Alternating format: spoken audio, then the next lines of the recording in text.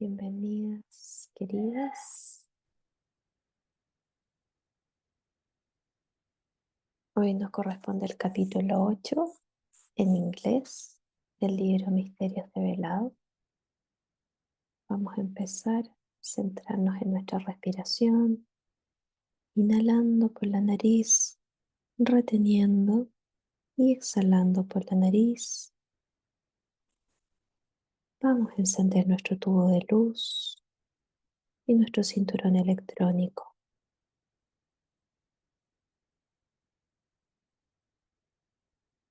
Visualizando y sintiendo nuestro cuerpo envuelto en una destellante luz blanca, manteniendo siempre esta imagen, reconociendo y sintiendo intensamente la conexión entre nuestra forma exterior y nuestra poderosa presencia YAM, centrando toda nuestra atención en nuestro corazón, visualizándolo como un gran sol oro.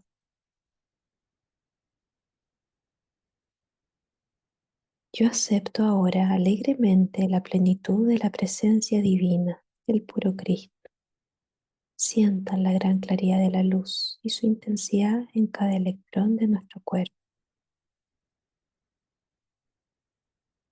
I am, yo soy una hija de la luz. Yo amo la luz. Yo sirvo a la luz. Yo vivo en la luz.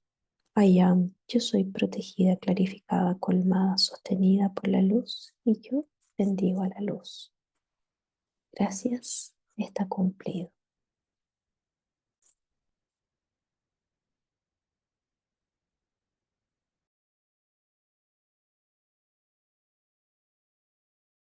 Chapter 8 God's Omnipresent Power. The following day I received a communication through which I became engaged in a business activity that required all my time and attention. The mere anticipation of it gave me great joy, and I entered in with much enthusiasm. There came a refreshing, quickening sense, a thing I had never before known in my business experience. In the course of its progress, I came into close personal contact with a man of very dominating character. His entire attitude in business was to gain his desire by force if intrigue failed or he was opposed in any way. He believed only in the power of his own intellect and human will, and had neither knowledge of nor faith in anything else. At no time did he hesitate to crush or ruin persons or things that stood in the way of his success, and used all means to gain his own selfish ends. I had met him some 3 years before the following experience took place, and at that time had felt almost helpless in his presence, so overpowering was the feeling of domination he continually sent out. Yet I knew, in spite of my own reaction to him, that his control over others was only force, focused into the outer activity. I was somewhat disturbed, as I realized I would have to associate with him. Immediately, I sought a way to deal with him by application of the God law, when the inner voice said to me clearly, "Why not let the mighty God within take full charge and handle this condition? That inner power knows no domination and is always invincible." I was immensely grateful and completely released everything into its management. I met this man with 2 others and agreed to go with them to inspect a mining property in a distant state. I felt it to be a very valuable one. The owner was an elderly lady whose good husband had passed on by an accident in the mine some months before. He had left things in a precarious condition, and our dominating friend had determined to buy the mine at his own price, not an honest one. After a long trip by auto, we reached our destination about 2 o'clock the second day. We met the owner, whom I realized was a blessed soul, true and honorable. Then and there I took the determined stand that she should have a square deal and receive full value for the property. She invited us to a lovely luncheon, and we proceeded to examine the mine. We went through the workings, tunnels, drifts, shafts, and stopings. The more I watched, the more certain I became that something was wrong. The very atmosphere seemed to breathe it to me. I was certain a rich strike had been made which had not been reported to the owner.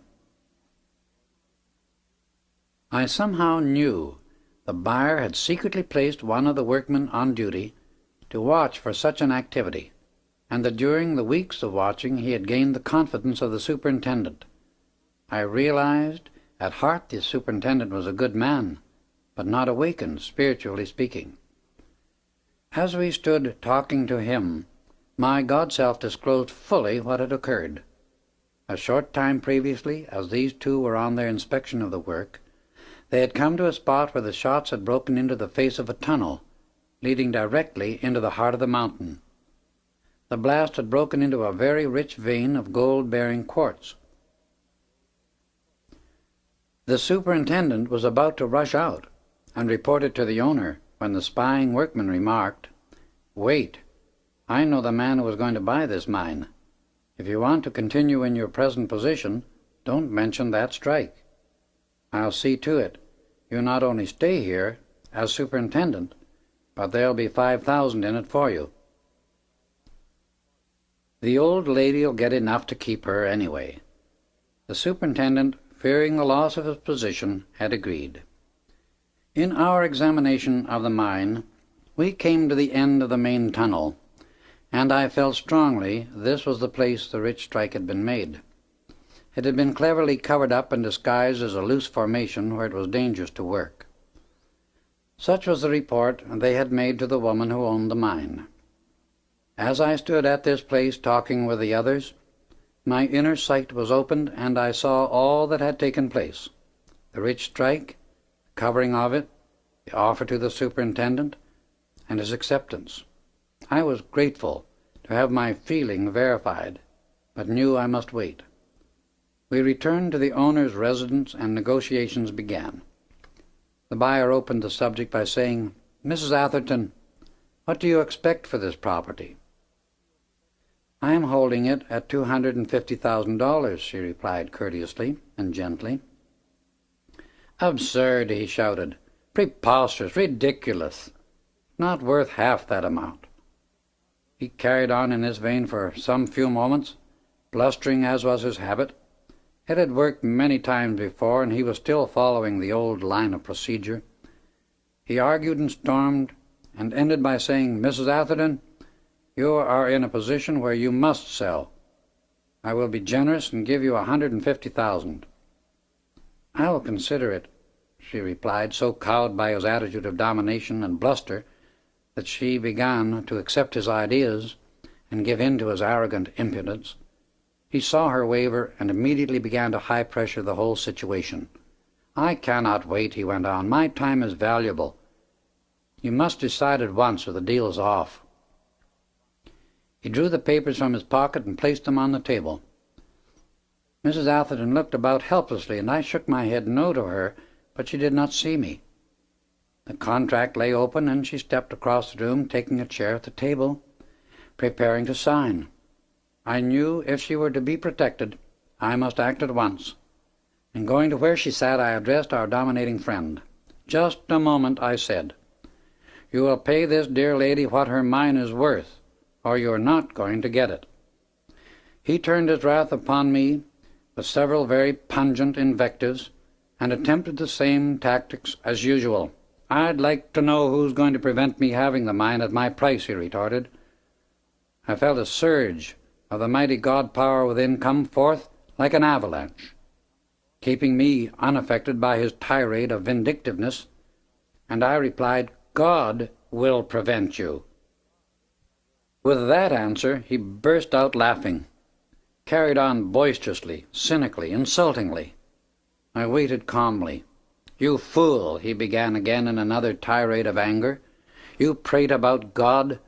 Not you nor God nor anything can stop me. I get what I go after, and I get it regardless. No one has ever stopped me yet."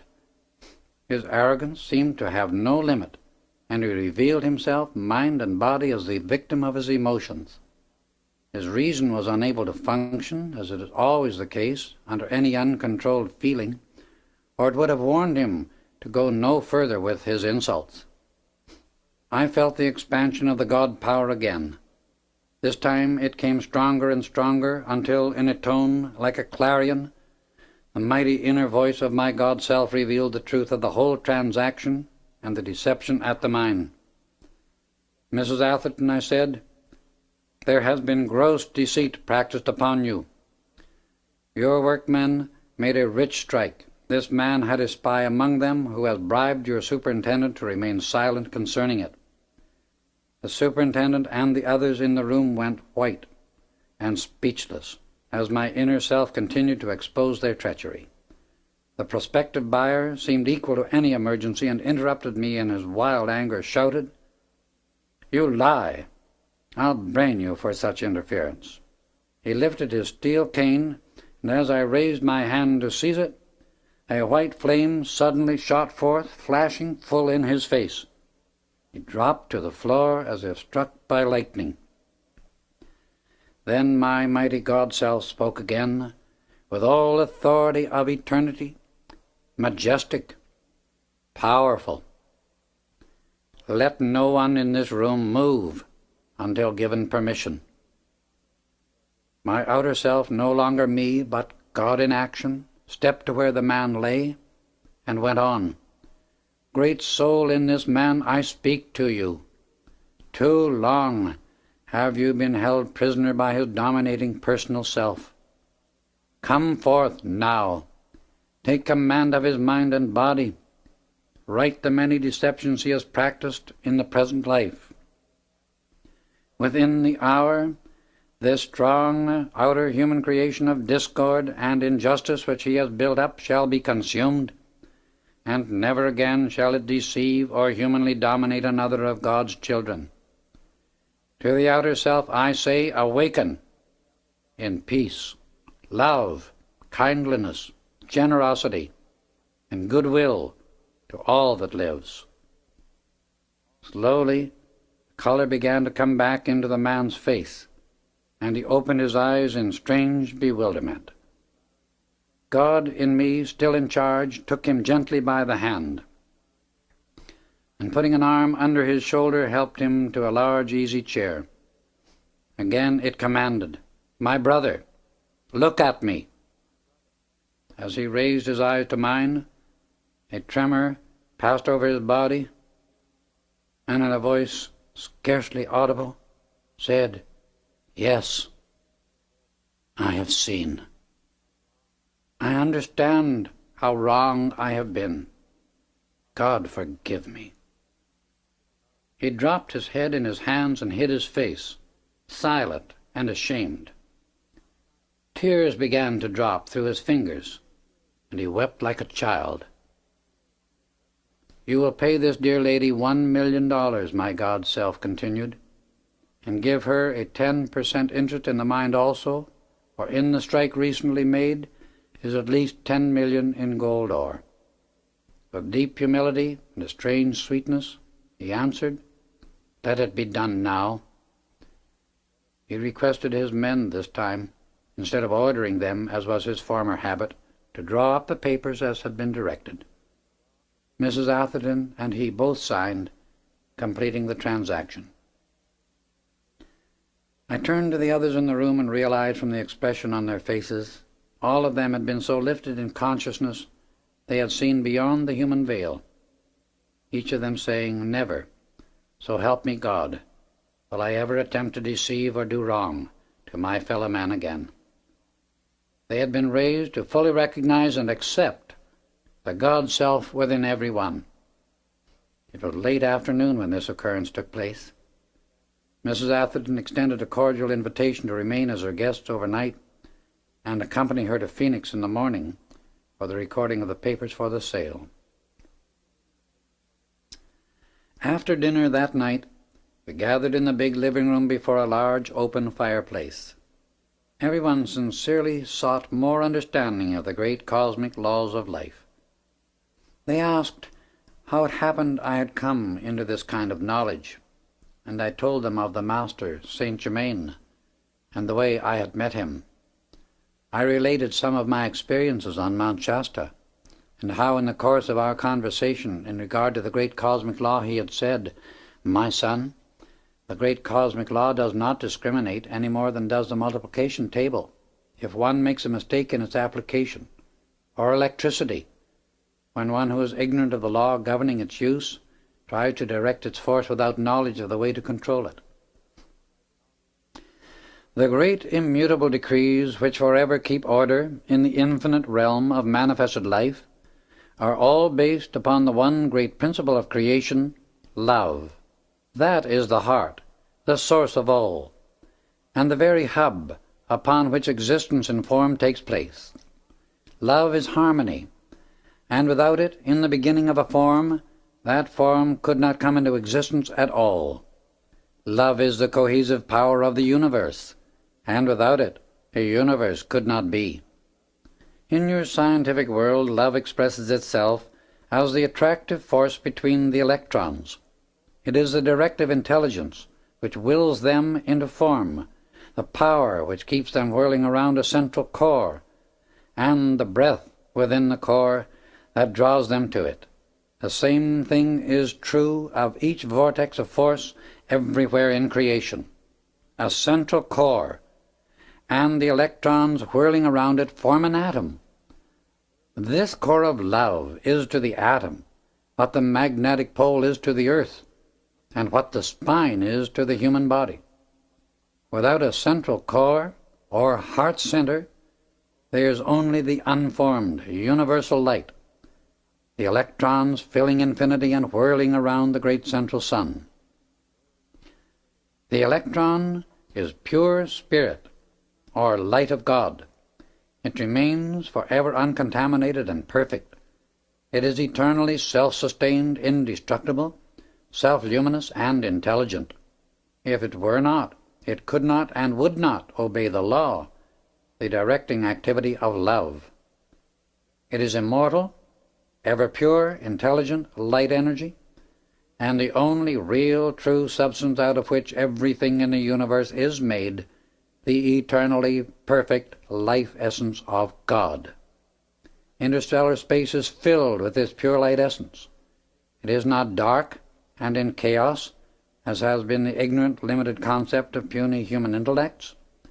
This great sea of universal light that exists everywhere throughout infinity is constantly being drawn into form and given a quality of one kind or another, according to the way the electrons are held around a central point or core by love. The number of electrons which combine with each other in a specific atom is the result of and determined by conscious thought. The rate at which they whirl around the central core is the result of and determined by feeling. The intensity of the drawing and whirling motion within the central core is the breath of God, and therefore the most concentrated activity of divine love. Speaking in scientific terms, it would be called centripetal force. These are the determining factors which make the quality of an atom. Thus, you will see the atom is an entity, a living, breathing thing created or brought into existence by the breath, the love of God, through the will of the self-conscious intelligence. In this way, the Word is made flesh. The machinery that self-conscious intelligence uses to accomplish this manifestation of its being is thought and feeling. Destructive thought and discordant feeling so rearrange the ratio and rate and speed of the electrons within the atom that the duration of the breath of God within the pole is changed. The duration of the breath is decreed by the will of the consciousness using that particular kind of atom. If that conscious directing will is withdrawn, the electrons lose their polarity and fly apart, seeking their way back intelligently, mind you, to the great central sun, repolarizing themselves. There they receive love only. The breath of God is never-ending, and order, the first law, is eternally maintained. Some scientists have claimed and taught that planets collide in space. No such thing is possible, To do so would be to throw the entire plan of creation into chaos. It really is fortunate indeed that the mighty laws of God are not limited to the opinions of some of the children of earth. It does not matter what any scientist, mundane or otherwise, thinks. God's creation is ever moving forward and expressing more and more perfection. The constructive thought and harmonious feeling within a human mind and body are the activities of love and order. These permit the perfect ratio and speed of the electrons within the atom to remain permanent, and thus they stay polarized at their particular point in the universe, as long as the duration of the breath of God within their core is held steady by the will of the directing self-conscious intelligence using the body in which they exist. In this way, the quality of perfection and the maintenance of life in a human body is always under the conscious control of the will of the individual occupying it. The will of the individual is supreme over his temple, and even in cases of accident, no one leaves his body temple until he wills to do so. Very often, pain in the body, fear, uncertainty, and many other things influence the personality to change its decisions concerning what it has willed in the past. But everything that happens to the body is and will always be under the control of the individual's free will.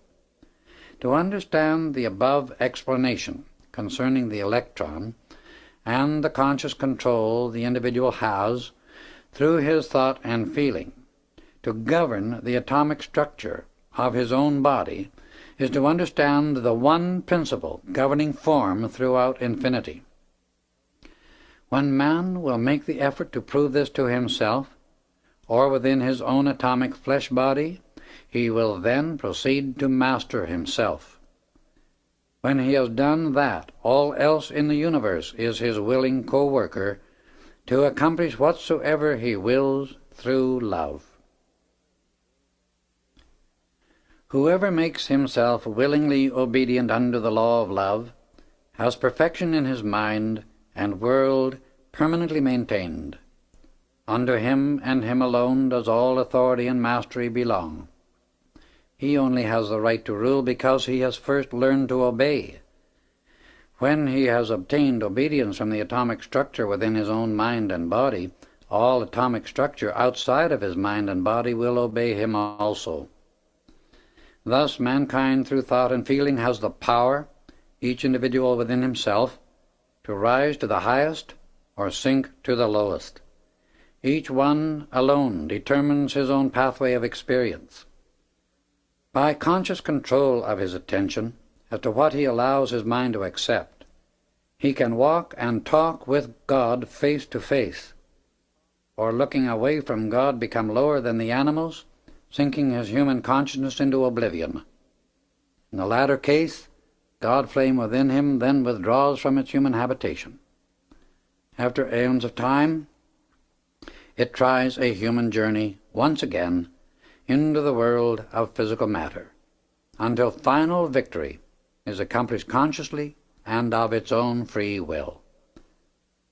I told them of the limitless possibilities which Saint Germain had shown me were before mankind for accomplishment whenever it is willing to accept the great God presence within every individual as the directing and accomplishing power.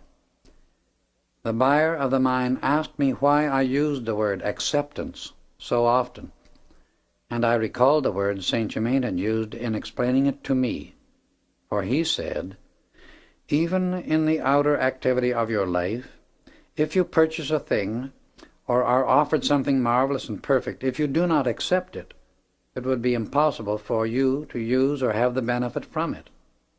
So it is with the great God present within us. Unless we accept that our life is God life, and that all power and energy we have with which to do anything is God power and God energy, how can we have God qualities and accomplishment in our world? As sons of God, we are commanded to choose whom we shall serve, the mighty presence of God within us or the outer human self. The gratification of the outer human appetites and sense demands has one and only one result: misery and destruction. All constructive desire is really the God self within pushing perfection forward into the use and enjoyment of the outer self. The great energy of life is flowing through us constantly. If we direct it to constructive accomplishment, it brings joy and happiness.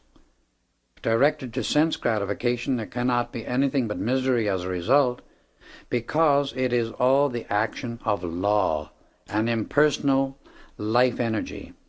Keep before the outer activity of your mind the constant reminder that you are life, God in action in you and your world.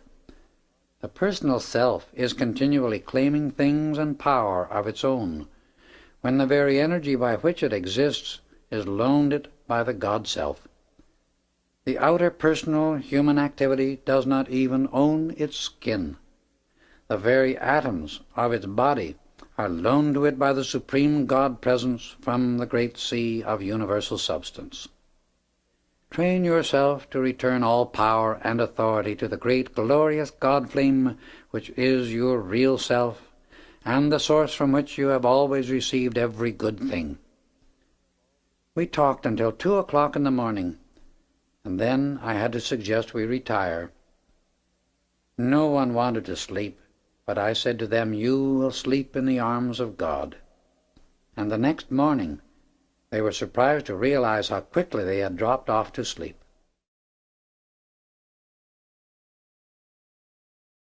We were up at 7 and on our way to Phoenix. The recording was completed, and I explained I must leave, as my work with them was finished for the time being. They were all deeply grateful and anxious to know more. I promised to keep in touch with them and give further help as the Master Saint Germain should direct. As I was leaving, the buyer of the mind turned to me and said, "I don't care what anyone thinks of me. I want to embrace you and thank you from the bottom of my heart for saving me from the ruin of my outer self and for revealing the great light." I bowed my head in deep humility and replied, "Thank God, I am but the channel. God alone is the great presence and power that does all things well." Mrs. Atherton turned to me and expressed her feeling. "I do praise and thank the God in you for the mighty protecting presence, and never in my life shall I cease to thank God and you for the light this experience has brought us all." "I feel certain we shall all meet again," I replied, and bidding everyone good-bye, turned my face once more toward Mount Shasta, arriving at my lodge the evening of the second day. 2 weeks later, I felt a strong impulse to make one more trip to my trysting place with the Master, Saint Germain. I started at 4 in the morning and reached the edge of the dense timber about 9. The plaintive cry of my panther friend came to my ears before I had gone 20 paces into the woods. I answered quickly. In a moment it came bounding to my side with all the welcome of an old-time friend, and we proceeded onward to our meeting place. I noticed the panther was very restless and acted as if laboring under some inner agitation. This was most unusual, for it had always been very quiet when in my presence. I patted and stroked the beautiful head, but it made no difference. I sat down, and we ate lunch. "Come on, old boy," I said as we finished. "Let's go for a walk." It gave me a long, steady look, the most pathetic expression I've ever seen. I could not understand it. We had gone some distance when we came to a cliff about 15 feet high, at the top of which hung a projecting rock. Something caused me to look at the panther. The expression in his eyes was wild and fierce. I sensed a sort of tension in the atmosphere, but did not realize what it was. I walked on a few paces farther and felt a chill pass over me. Looking up suddenly, I saw a mountain lion crouched, ready to spring. The next instant it leaped toward me.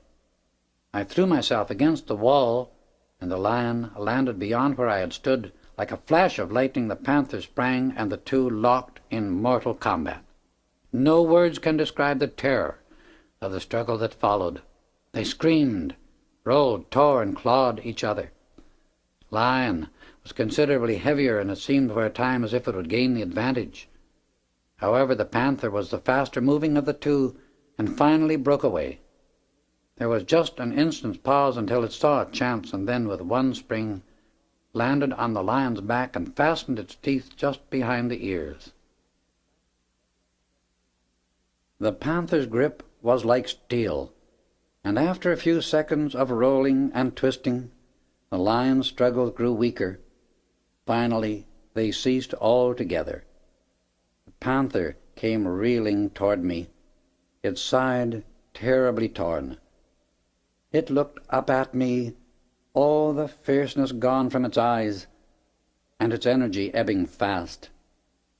There passed an expression of contentment over the face, and suddenly, giving a plaintive cry, it fell over dead at my feet. I stood motionless, and wept silently at the loss of my friend, for I had become almost as attached to it as to a human companion. The next instant I looked up, and beside me stood Saint Germain. "My beloved brother, be not sad or dismayed," he said. "Your contact with the panther had so quickened its consciousness that it could no longer remain in that present body, and the great cosmic law demanded from it some service to you. This it gave in love by saving your life. All is truly well." He touched the thumb of his right hand to my forehead. "Be at peace," he continued, as the feeling of grief left me, and I felt completely relieved. The great cosmic law is unerring. We cannot receive without giving, and we cannot give without receiving. Thus the great balance of life is maintained. I congratulate you sincerely on the service rendered at the mine, and your serenity during the occurrence. All concerned with that transaction will become great helpers to humanity. Soon you will be called upon to render a far greater service than any you have given so far. In it, remember always, it is God's power and intelligence acting, and your mind and body only the channel. Until you meet with this experience, meditate constantly upon the limitless power of God, which can express through you at any time. I asked him what the Ascended Master's attitude is in regard to the many channels through whom partial truth is given forth, and he replied, "There are many sincere channels. Some have more understanding than others. All are God's children, serving to the best of their ability with the understanding they have at present. We may not judge anyone, but we must know and see only God expressing in all. Our endeavor is to bless all activity wherever it is.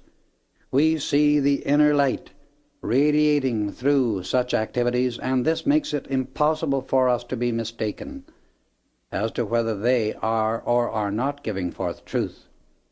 It is the same with individuals. Those who offer their service in the name of the ascended Jesus Christ will always receive more than ordinary sustaining power." We had walked some distance when he said, "Come, I will accompany you home. Place your arm about my shoulder." I did so, and felt my body lifted from the ground. In a few moments more I was in my room at the lodge with Saint Germain standing beside me, smiling at my surprise. "Meet me in 7 days," he said, "at our appointed place, for then we will finish our work in this part of the country." He smiled, bowed graciously, and slowly faded from sight. The last thing that remained visible as he gradually disappeared were his marvelous, beautiful eyes smiling back at me. As I meditated each day upon the great God presence within for my coming service, I realized more and more how important it is to keep the attention focused upon that presence only, no matter what appearances seem to indicate, in order to keep any outer condition from affecting me. In one of Saint Germain's conversations, he had stressed particularly the all-importance of keeping my outer self harmonious, and in regard to this had said, "My son, you cannot realize how very great is the necessity for harmony in the outer self, if the fullness of the inner perfection and power is to be expressed in your outer life. The importance of keeping a feeling of peace, love, and serenity in the personal self cannot be emphasized too strongly, for when this is done, the mighty God presence within can act without limit in an instant. The continual outpouring of a feeling of peace and divine love to every person and everything unconditionally, no matter whether you think it be deserved or not, is the magic key that unlocks the door and releases instantly this tremendous inner God power. Fortunate indeed is he who has learned this law, for he then seeks to be all peace and love. Without it, humanity has nothing good, and with it they have all things perfect.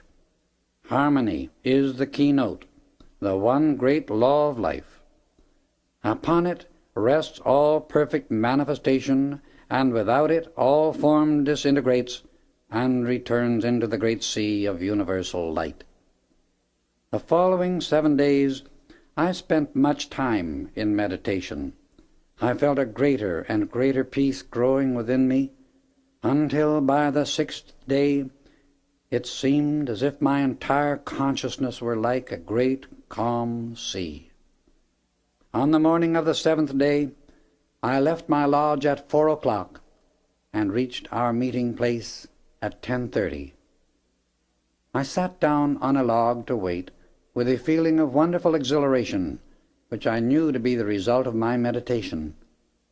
I was so deep within the contemplation of my God-self, I did not hear anyone approaching until a voice spoke to me.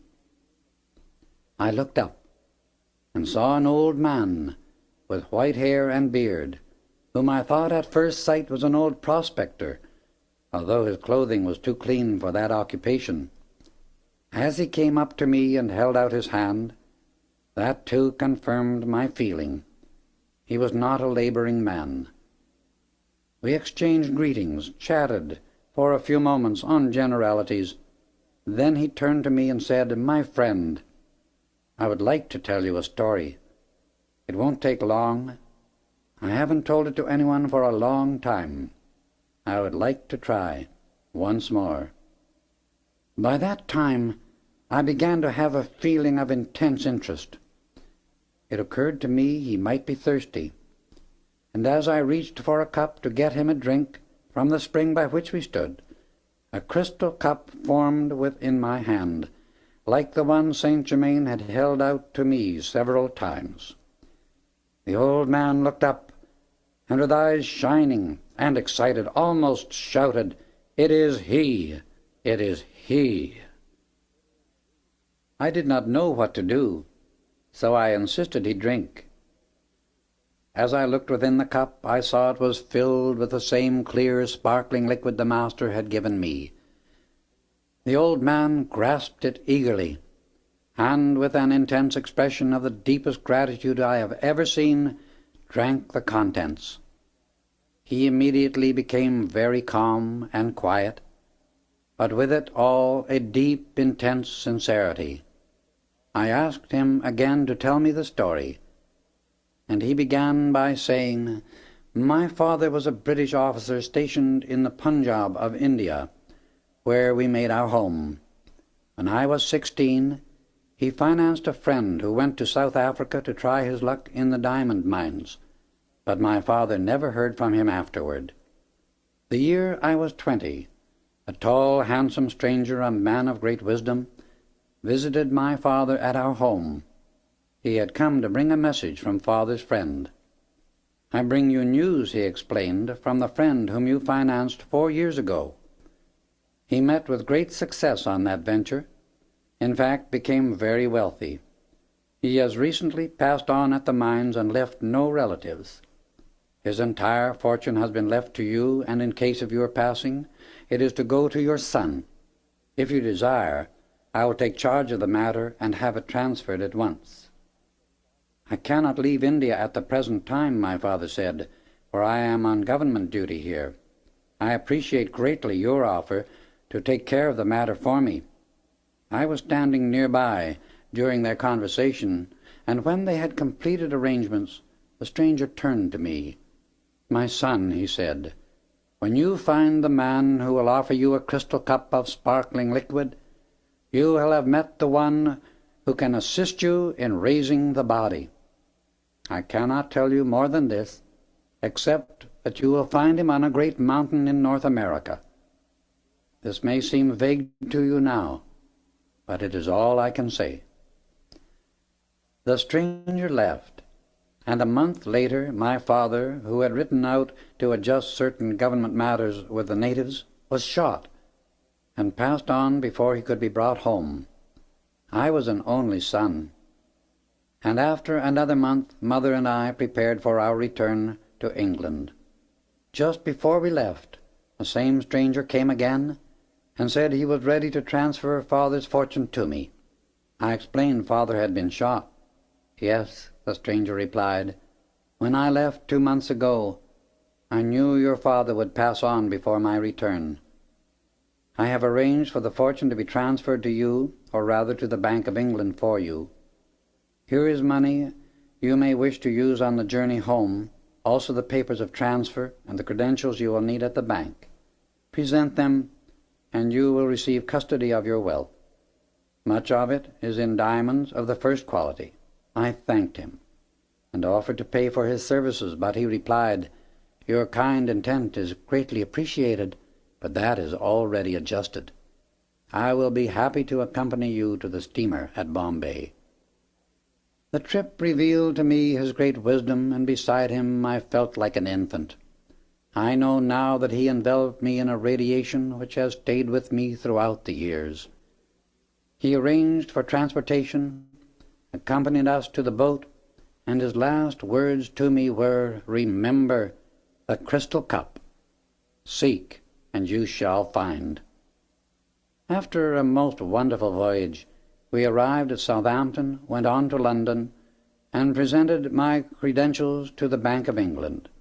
The official to whom I presented them remarked, "Yes, we were expecting you today. Here are your bank and checkbooks."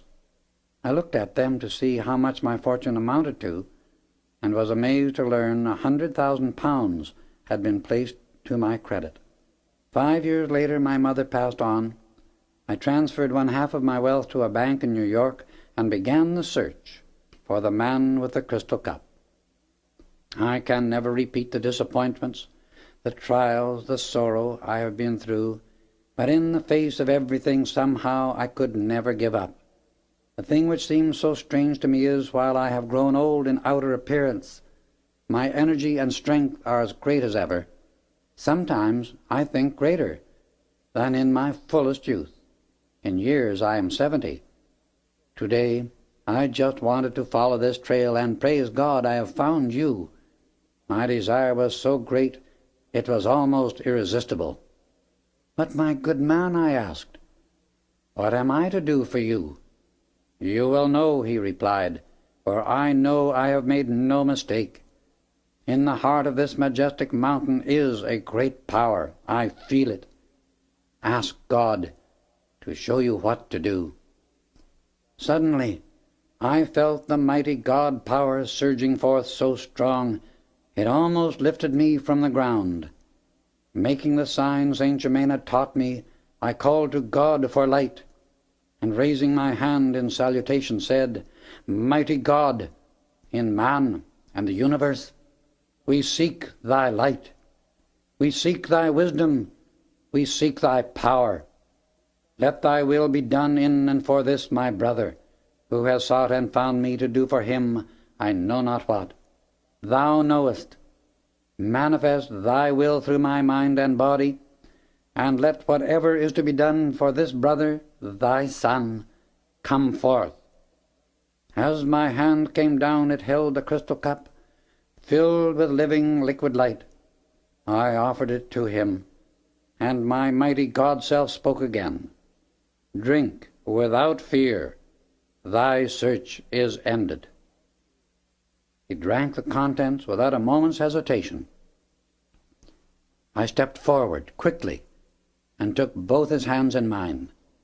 Slowly and steadily, every vestige of age disappeared from him, and the God in me continued, Behold, thou art forever free from all earthly limitation. Ascend now unto the great host of light who await thee. Very slowly he began to rise from the ground, and as he did so, his human garments disappeared, and he became clothed in raiment of glistening white. I let go his hands. Then, in a voice of deepest love, he said, I shall return to thee, beloved brother. Well shalt thou be repaid for this transcendent service. Thou wert the only one through whom this could be done for me. Some day thou shalt see why. And with a happy smile, he disappeared on a radiant pathway of light. As the mighty God power within me receded, I was so astounded. I fell on my knees and offered the deepest prayer of my life in grateful humility and praise for the privilege of giving such service. I rose, and the Master Saint Germain received me into his wondrous embrace. My beloved brother, he said, I am greatly pleased. Noble and faithful was your attendance upon the great God within you. Beautifully did you receive your mighty God in action. I do indeed congratulate you. You will ever be held within our embrace, even though outwardly you may not always be aware of it. You have become a worthy messenger of the great white brotherhood and the ascended host. Hold close to your mighty God-self. Thus you will ever be ready for service wherever and for whatever is required. My love enfolds you until we meet again. I will keep you informed. Slowly I wended my way back to the lodge, every step praise and gratitude to the one mighty God that molds us all into eternal perfection. Chapter 9. Venus visits the royal Teton. Many weeks had passed, and the morning of December 31st, 1930, came, and with it the Master Saint Germain. Be ready at 7 o'clock tonight, he instructed, and I will call for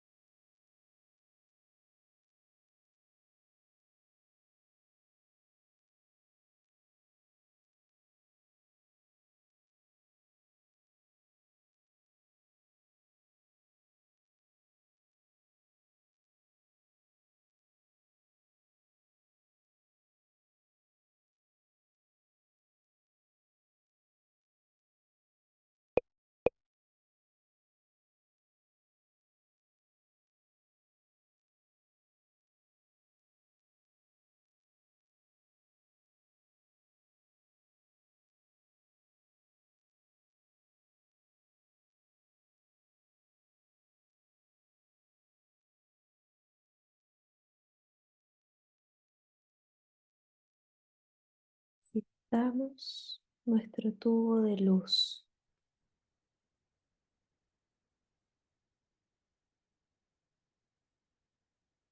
esa luz blanca incandescente,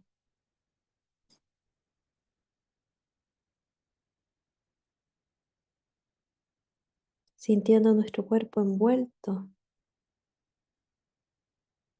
en esa destellante luz, reconociendo y sintiendo intensamente la conexión entre nuestra poderosa presencia ya y nuestra forma exterior, nuestra personalidad, centrando toda la atención en nuestro corazón, contemplándolo como un gran sol oro. Yo acepto ahora alegremente la plenitud de la presencia divina, el puro Cristo.